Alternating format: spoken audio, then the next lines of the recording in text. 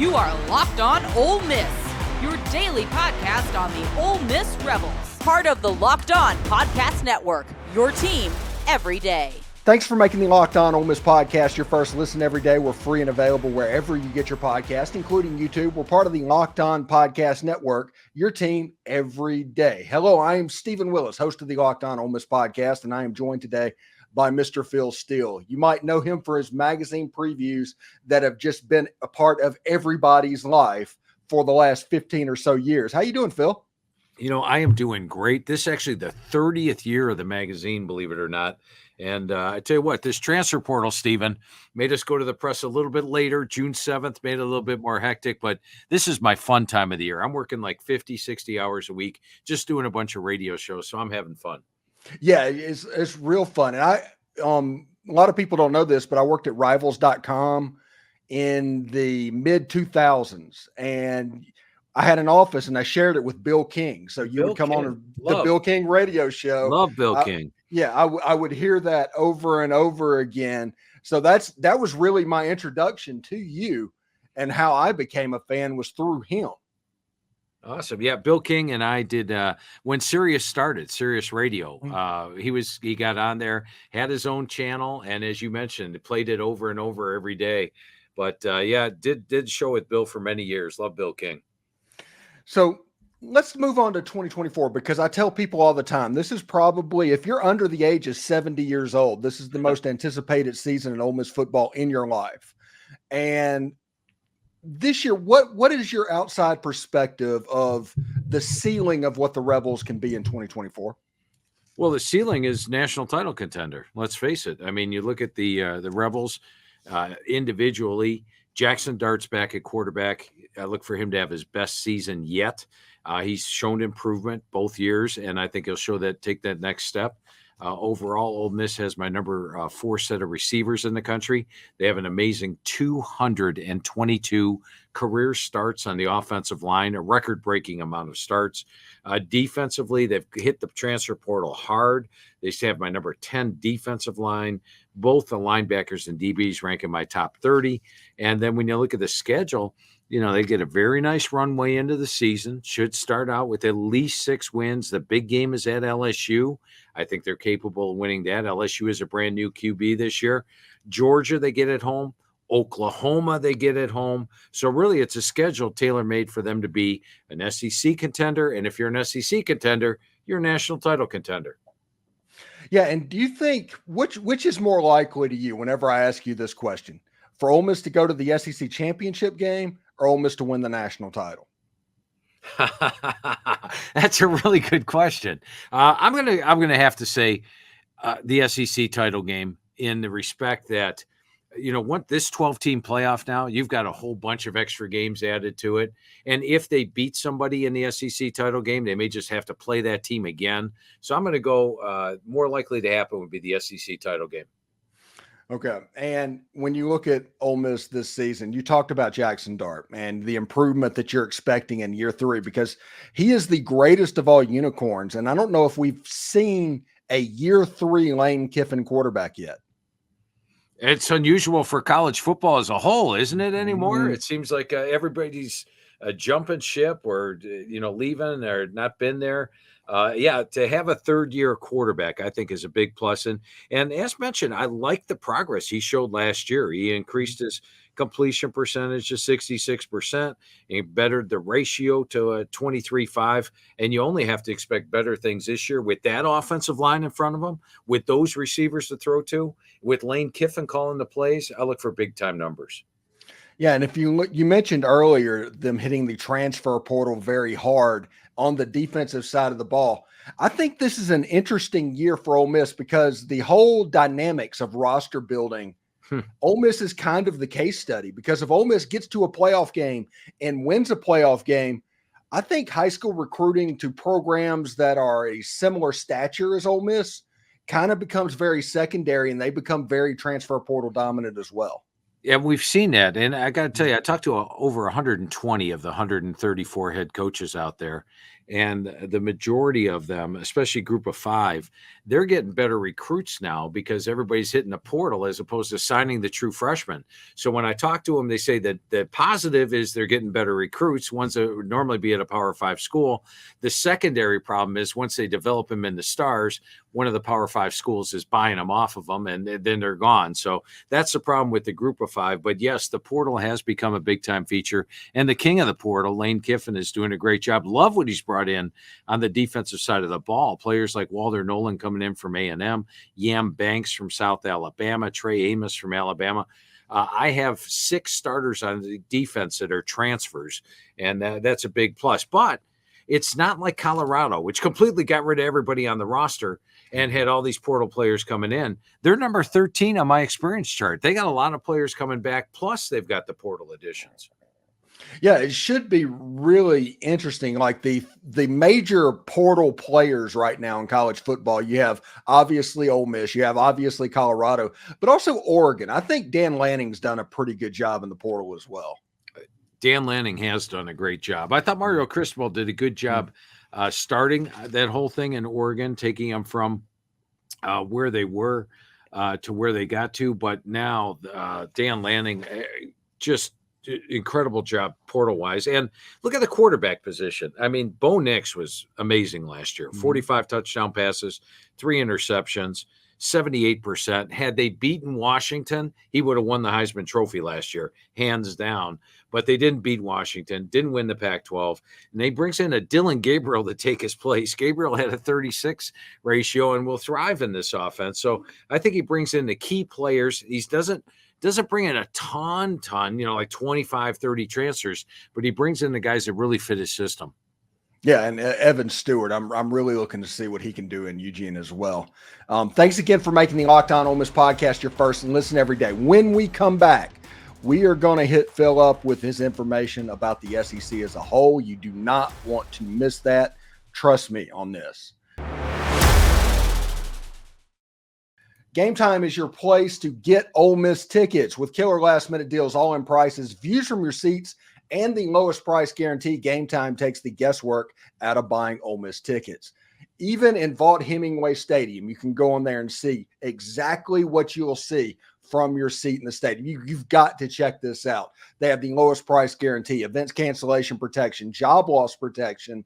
You can take the guesswork out of buying Ole Miss tickets with Gametime. And with this being the most anticipated season in Ole Miss history, I may be able to help you out with some tickets here. So download the Gametime app, create an account, use code LOCKEDONCollege for $20 off your first purchase. Terms apply. Again, create an account and redeem code LOCKEDONCOLLEGE for $20 off. That's all one word. Download Gametime today. Last minute tickets, lowest price guaranteed. Are you watching Fox Sports or ESPN on your TV all day and you have to turn down the volume with all of that screaming and shouting? Make the switch to Locked On Sports today. It's a free 24/7 sports streaming channel programmed for you each and every single day to bring you the biggest stories without all of that screaming. Locked On Sports Today brings you can't miss a news and analysis, opinions and news, streaming 24/7 on YouTube or the free Amazon Fire TV channels app, part of the Locked On Podcast Network, your team every day. All right, Phil Steele is joining the show this evening, and we're going to talk a little bit about the SEC. And the $1 million roster essentially right now is Georgia. The best coach in the SEC is Georgia. Georgia is probably one of the, if not the favorite to win the national championship. How come people aren't talking about the Dogs right now? Yeah, that's a good question because I've got Georgia picked number 1. And, here's the thing, Stephen. This is the year of the playoff now. You've got a 12-team playoff, so you're playing all these extra games. What's going to be really a big factor into winning the national championship? Depth. And when I look at this Georgia team, you go to their 3rd string, and it's loaded with guys that would start for a lot of other schools out there. Super high recruits, ones that know the system, and yet they're there, 3rd string on Georgia. I think their overall depth gives them the biggest advantage. They've got a veteran quarterback in Carson Beck.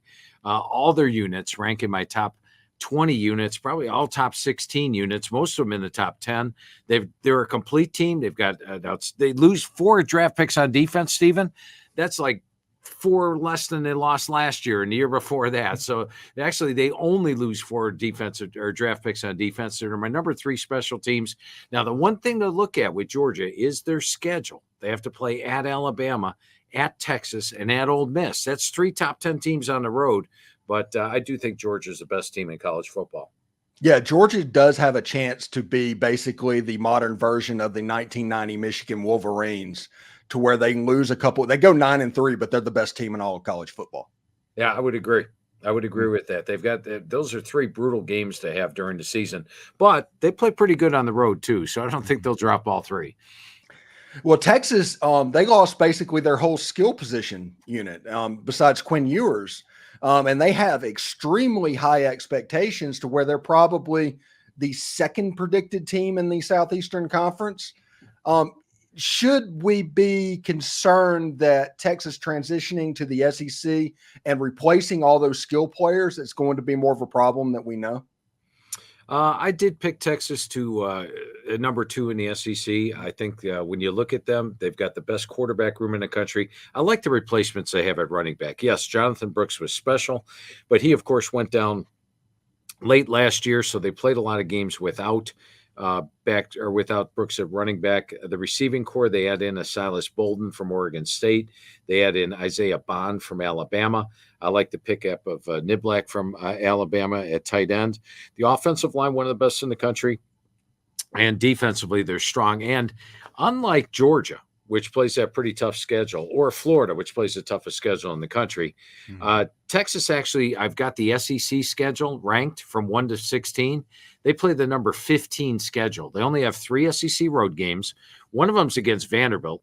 One of them's against Arkansas, and the other one's in College Station against A&M, a major rivalry. All the rest of the games are at home, including Georgia this year. Oklahoma is being played at a neutral site in Dallas. There's really not a game on the schedule. You make Texas an underdog, too. So they really have the talent, the schedule to contend this year. There are 2 teams that I am wavering on right now in the SEC that are fairly highly ranked preseason, but I just don't know if they're going to hit the expectations of their fan base. And one, I realize Kalen DeBoer is a great head coach, but he's not the GOAT. And I do think that Alabama might take a little bit of a step back. And the other is LSU. They did not have a good defense a year ago. They lost the Heisman Trophy winner and 2 first-round draft picks at wide receiver, yet several people are predicting they're going to win 10 games. What's going on there? Yeah, I'm going to say, Stephen, that I'm a little more bullish on Alabama, and I'll agree with you on LSU. There are some questions there with Alabama, and I got to be honest with you. When Nick Saban stepped down, I said, "How do you replace a legend?" And of course, all those guys hit the portal at the same time, and you're like, "All right, maybe it's a rebuilding year for the Tide." But look what Coach DeBoer did. Replacement-wise, he brought in Parker Brailsford at center. I think that cures their snapping problems from last year. Brings in the Lou Groza Award winner, a kicker, and Graham Nicholson. They lost some talent in the secondary. Brings in Damani Jackson from USC, Keon Saab from Michigan. As you mentioned, this guy's got an incredible record, 104-12 as a head coach. And I've gone over Coach DeBoer's teams with him every year. Went over his Washington team with him last year. Went over his Alabama team with him this year. I think this year's Alabama team's better than when he took the national championship last year with Washington. And there were many positions Coach DeBoer felt better about this year's team. They've got a veteran quarterback in Jalen Milroe, and the schedule sets up pretty well. They get that Georgia game at home. They do have to play Oklahoma and LSU on the road, but I think they're capable of handling it. I think Alabama's a legitimate threat. Now, LSU could be, but they need a lot to go right. The defense has to be improved, as you mentioned. Last year, they gave up 417 yards per game. And remember, go back to 2019. They won the national title. They had a Heisman Trophy winner. They averaged 48.4 points per game. What did they do the next year? 32 points per game, a drop-off of 16 points per game. I don't think the drop-off will be as steep this year, but there will be a drop-off by about 10 points per game. I got them going from 45 to 35 points per game. That means the defense would have to improve a lot just to get there. The schedule has a lot of toss-ups in my mind. At South Carolina is a questionable game. Ole Miss is a questionable game. At A&M, home to Alabama. At Florida, Oklahoma at home. There are a lot of question marks on the schedule. Now, I don't have an underdog bigger than 4 points all year. So the chance, if they win all those games, great. But if they lose all those games, then not so great. So I think there are question marks with LSU. And before we get out of here, I want to talk Elijah Drinkwitz at Missouri and Missouri as a whole. What they've done and the turnaround they've done over the last couple of years has been pretty remarkable. Yeah, it has been. In fact, going into last year, Elijah Drinkwitz had a -2. He had a total of 17 wins and 19 losses at Missouri in 3 years, despite getting to a couple of bowl games back to back. Hadn't had a winning season, and then last year happened. Now they had a soft schedule in the SEC last year, but they took advantage of it. They went 11-2. They beat a somewhat depleted Ohio State. I mean, Ohio State was starting a backup quarterback. He went down the first series, and then they were thrown in a quarterback that wasn't expected to play at their third string. They were without Marvin Harrison, but they still won that game against a talented Ohio State team, 14-3. So what's this year's schedule look like? Well, I mentioned I ranked all the SEC schedules. I've got Missouri number 16. They do play Alabama and Oklahoma. They avoid Texas. They avoid Georgia. They avoid Ole Miss. They avoid LSU. So it's really a nice schedule. They also get to play both Mississippi State and Vanderbilt, two of the weaker teams. The schedule sets them up for success again. Brady Cook showed a lot of improvement. Remember game 1 last year? Brady Cook was battling for the starting quarterback job with Sam Horn. He won it in game 1 and got better as the season went on. He's back. They've got Luther Burden in my number 3 receiving core in the country. The defense looks solid. I think Missouri is a team that could enter the preseason top 10 this year. In fact, I projected that back in February. I think they get there, and they've got the schedule to possibly, if they can win some games like at A&M, at Alabama, home against Oklahoma, possibly get into the mix. Yeah, and it's going to be interesting because, as we all expect, the SEC championship in this first 16-team SEC is going to be Ole Miss versus Missouri. Yeah, that's one that everybody had thought, especially 3 years ago, or even last year coming into the season. Throw that out there. Ole Miss against Missouri for the SEC title game. At least you would have got a lot of clicks on your show. Yeah, absolutely. I tell people this is going to be a pretty great year, and I do love going back and forth with the Missouri people as well. Before I let you out of here, there's 2 teams that I want to talk about. What would be a good season for Jeff Lebby and Mississippi State this year? Anything approaching a bowl. I think this really does look in my mind as a rebuilding year. I mean, last year they were number 32 on my experience chart. As you've mentioned, anytime you have a new head coach, a lot of players hit the portal. This year, they're number 105 on my experience chart. Now, Blake Shapen could have the possibility of being a good QB. He, of course, had a fine year with Baylor 2 years ago. They bring in Kevin Coleman from Louisville. I really like Akari from the wide receiver from UTEP. He was somebody that really impressed me with UTEP. Could be an under-the-radar guy, but they've got a lot of transfers coming in. He's a first-year head coach. They're low on the experience chart, and they play a tough schedule. I rated the 16th toughest schedule in the country. I actually have Mississippi State favored in 3 games right now. So to me, if they get 4 or 5 wins, it's a good first year for Jeff Lebby. I do not expect Mississippi State to make a bowl. Okay, and the other side is we need to talk about the Vandy State Aggie Doors since they brought everybody in from New Mexico State. What's their season look like? Is there's a chance they could hit the over this year, right? They remember Clark Lee's first year, 2021. I think the over-under was 1.5, and they hit the over on the second game of the season, or early on in the year. And then the second year when they went 5-7, once again, I believe the over-under was 2.5, and he blew that away by the 4th week of the season. So I don't expect that out of Clark Lee, but he can, of course, do it. Now, they play Ball State at home, Alcorn State at home, at Georgia State. They're favored in those 3 games. Pull one upset, and right there, their over-under is what? 2? Is that what you have? 2.5 wins? Yeah, I think 2.5 is what I have at the moment. Georgia State's a rebuilding team, and you've got Ball State and Alcorn State. Yeah, you should be over 2.5. Yeah, I like that one a lot. I think Clark Lee is over the win total by the 7th game of the season, regardless if they get any SEC games. Now, winning the SEC games is a different thing, but 2 years ago they beat Kentucky, they beat Florida. And they have had some battles in the past. So I did pick them last, believe it or not, Stephen, which is pretty much something you do every year with Vanderbilt. But Clark Lee's doing a good job there. And I do like the New Mexico State players coming in. Pavia is a guy who's an ex-wrestler, a quarterback, and he's fun to watch. And they amazed me with what New Mexico State did the last 2 years. Yeah, and I'm looking forward to seeing what Vandy is able to do. And hey, Vanderbilt is the only SEC school with a winning record over Texas. Wow. I wouldn't expect them to beat Texas this year. They're playing. Yeah, they are. Last time I checked, Texas was still favored over Vandy in that one, though. Yeah, they haven't played Texas since like 1920, so right. that explains that. But it's still one of those funny stats as well.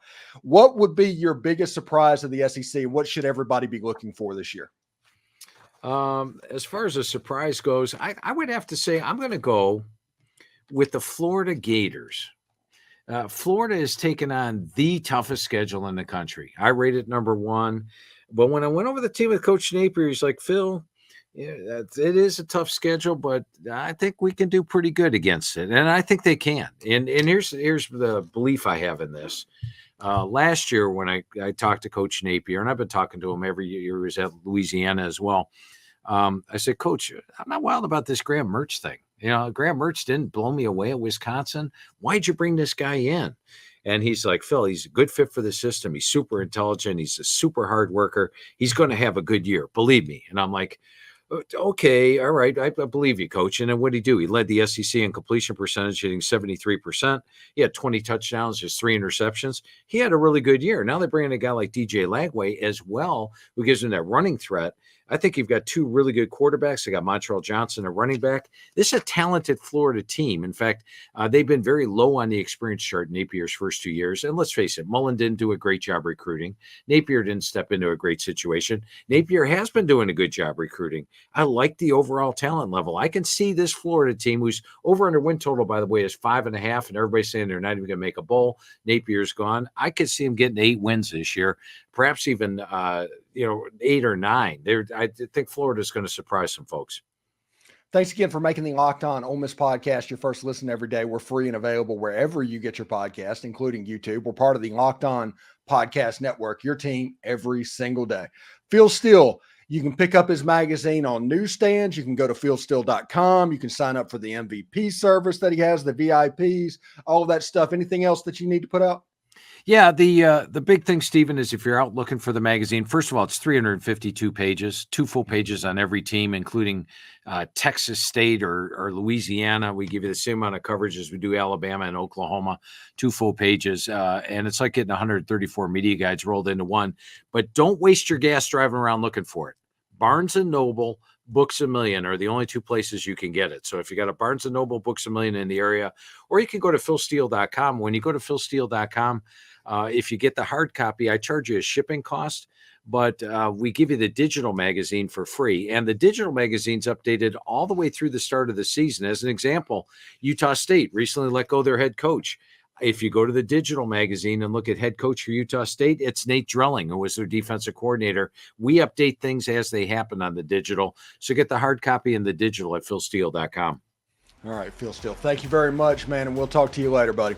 Hey, Stephen, for the first time talking to you, I had a lot of fun today. We should do this more often, my friend. Absolutely. We absolutely will. I appreciate it, man.